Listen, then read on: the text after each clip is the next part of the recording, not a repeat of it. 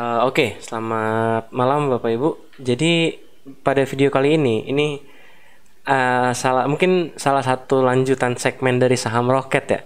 Tapi mungkin segmennya akan saya ganti, judulnya adalah tekor atau roket. Nah, tekor atau roket. Jadi di segmen tekor atau roket ini saya akan sharing saham-saham gorengan, saham-saham lapis 3. Jadi mohon untuk Bapak Ibu semua, untuk memahami resikonya. Seperti itu. Dan apa namanya? Dan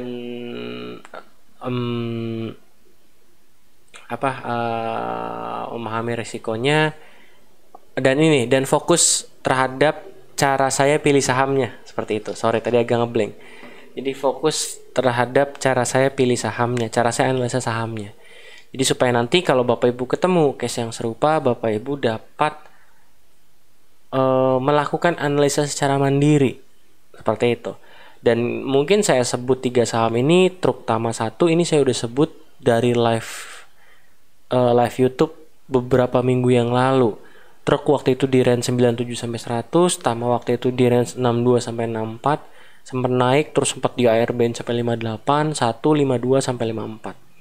Nah, mungkin setelah video ini 3 saham ini gerak, tapi biasanya akan diturunin lagi, akan diguyur lagi ke bawah. Karena apa ya? Karena bandarnya merasa keganggu, tiba-tiba ada apa nih, ada uang banyak masuk karena video ini. Jadi hal yang wajar kalau nanti setelah video ini dirilis sahamnya naik mungkin 5-6%, terus tiba-tiba langsung kena guyur lagi, bahkan ARB. Itu adalah hal yang wajar.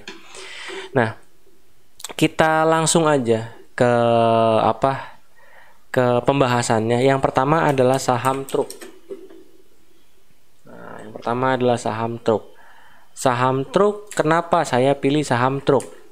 Sederhana, saya pilih saham truk karena waktu itu ada broker AI yang akumulasi cukup gede. Sebentar, saya setting. Ini saya nggak pakai slide PowerPoint sama sekali ya, jadi mohon maaf kalau kelihatannya kok kayak nggak persiapan, mau recording dan segala macam. Ya, simply karena saya bukan tipe orang yang nyiapin dulu presentasi harus gini enggak. Kalau buat video YouTube ya semau saya aja buatnya. Gitu. Sebentar.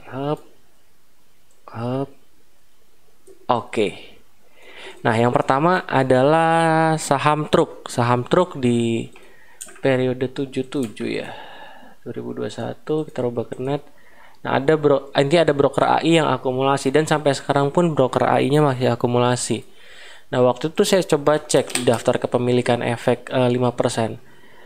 Buat yang nggak tahu, truk ini adalah saham IPO yang dulu sempat naik gila-gilaan, sempat gila sampai 300, bahkan yang sebelumnya sampai 700, terus dibanting, terus turun, terus naik lagi sampai 300.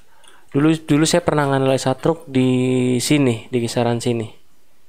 Masih ada dokumentasinya di channel Telegram, silahkan cari aja. Nah, sekarang saya analisa lagi saham truk. Kenapa saham truk saya bilang menarik ya? Simply karena ada reakumulasi aja. Reakumulasi dari broker AI kalau di sini kasusnya. Nah, broker AI-nya siapa?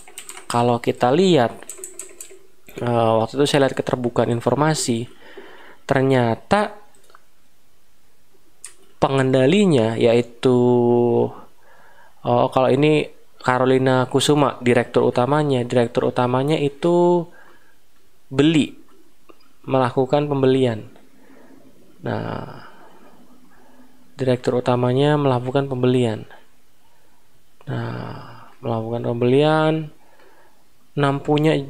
Intinya pengendalinya belanja terus. Terakhir dia belanja 50.000 lot. 50.000 lot dia belanja, investasinya langsung. Dan kalau kita lihat, kita coba ke data 5%.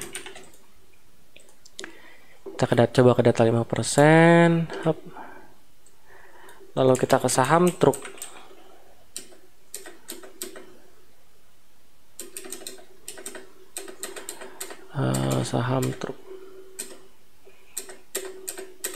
Nah, kita ke saham truk.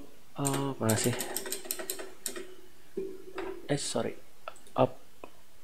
Kita ke saham truk. PT Guna Makmur Raya. Nah ini PT Guna Makmuraya. Itu menggunakan broker PT UOB Kay Hian Sekuritas atau broker AI. UOB Kay Hian Sekuritas itu broker AI. Jadi ya kita tahu siapa di sini yang belanja. Yang belanja ya pengendalinya sendiri. Pengendalinya sendiri nambah barang. Beda kayak saham deal. Nah ini yang pengendalinya malah jualan terus. Pengendalinya malah guyurin terus dari harga sini. Ya kan, nah, itu dua hal yang berbeda. Jadi truk saya lihat ada potensi nih ke depannya. Ada potensi nih ke depannya. Tapi analisa kita bisa salah. Yes, analisa kita bisa salah. Nah, kalau analisa kita bisa salah, kita ngapain ya? Kita pasang yang namanya stop loss. Kita pasang yang namanya stop loss. Kalau di saham-saham seperti ini, stop lossnya harus agak lebar. Stop lossnya harus agak lebar. Kenapa? Karena pergerakannya sangat volatile. Dan biasanya target profitnya pun bisa lebih lebar kalau saham-saham model gini. Biasanya saham-saham model gini bisa tiba-tiba naik 10%, 20%, bahkan auto reject atas. Gitu. Nah, ini satu saham yang menarik, saham truk yang pertama.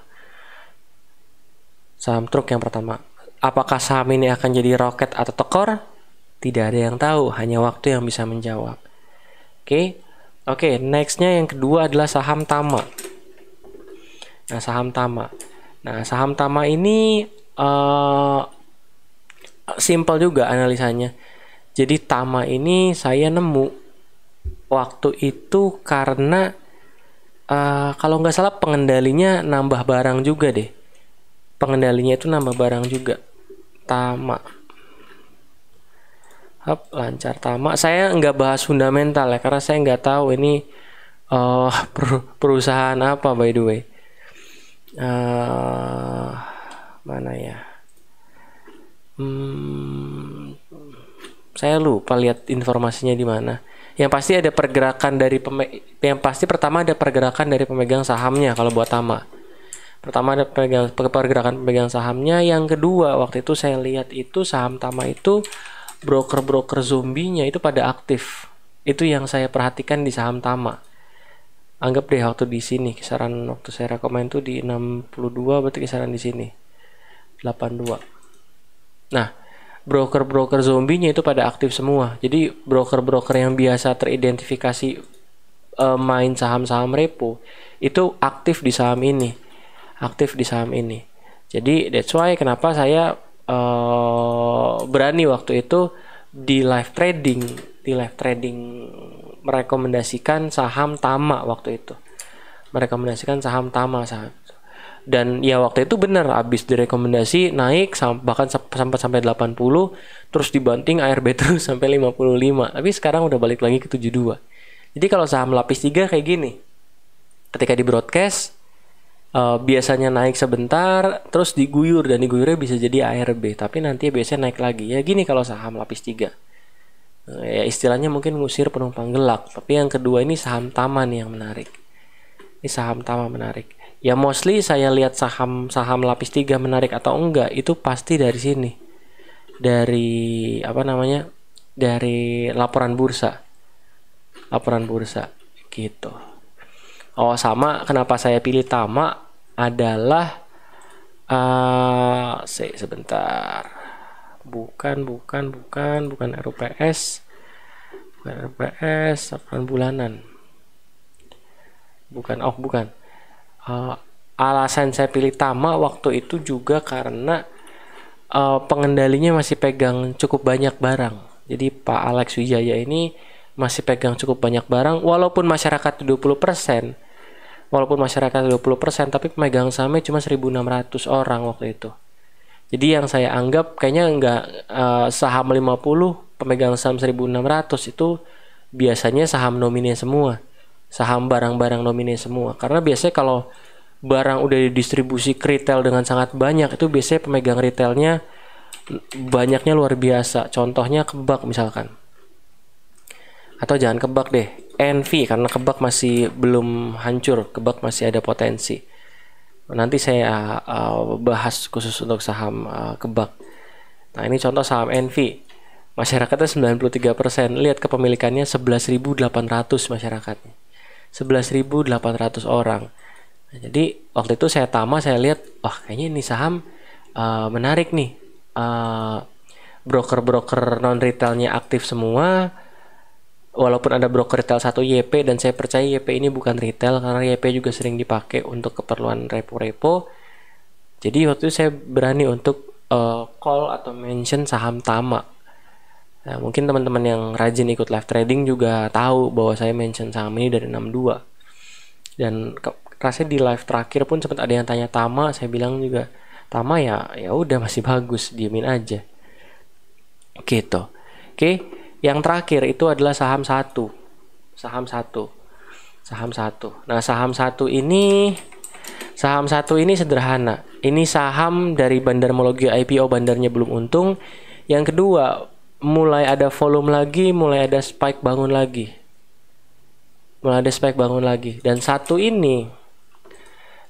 ini kalau kita buka dari 71.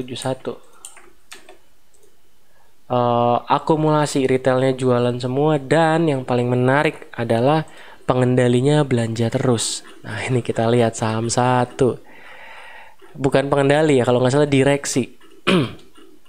Satu. Nah, ini satu Leo Agung Vito Wicaksana, dia pakai Semesta, MG, Victoria itu saya broker MI kalau saya nggak salah, Valbur itu CP, Mandiri CC, Semesta Mirai. Kalau kita lihat yang banyak akumulasi adalah broker MG itu Semesta gitu. Dan kalau kita lihat Bapak Wicaksana ini nambah terus. Kemarin seingat saya dari sekitar 5%, sekarang udah jadi 7,8% buat barang yang dia akumulasi. Seperti itu. Nah, ini pun volumenya udah mulai spike, ini udah breakout. Kalau kita mau simple TA, ini udah breakout. Dan engah atau tidak, saya pun ngasih kode saham satu, ngasih Easter egg di broadcast saya tentang crash hari ini. Jadi di broadcast saya tentang crash hari ini, kalau ada yang perhatikan, itu satunya saya bold, terus saya underline. Nggak tahu ada yang nangkep kode ini atau enggak. Ya kalau ada yang nangkep selamat, kalau yang nggak ada ya udah nggak apa-apa. Gitu. Dan sekali lagi, saham-saham seperti ini kalau retailnya terlalu banyak bisa dibanting dulu. Tapi menurut saya selama masih ada kepentingan, selama agendanya masih ada, itu harusnya dibantingnya hanya untuk sementara waktu, enggak untuk waktu yang lama. Seperti itu. Nah, jadi itu teman-teman cara saya analisa saham lapis 3. Umumnya saya analisa saham lapis 3 itu 2 sampai 3 komponen. Yang pertama itu pergerakan pemegang sahamnya, yang kedua itu adalah pergerakan pemegang saham, yang kedua itu adalah ada corporate action atau enggak. Contoh yang lagi ada mau ada corporate action itu adalah saham Jaya. Nanti saya akan bahas saham Jaya. Gitu. Saham Jaya. Yang ketiga dari pergerakan brokernya, dan yang keempat itu biasanya dari ini filter utama saya ya, dari fundamentalnya. Saya paling gak suka beli perusahaan yang ekuitasnya udah negatif. Itu yang paling saya gak suka. Itu simply fundamental yang saya pakai. Gitu. Kelebihan dari ilmu analisa fundamental yang saya pakai. Gitu.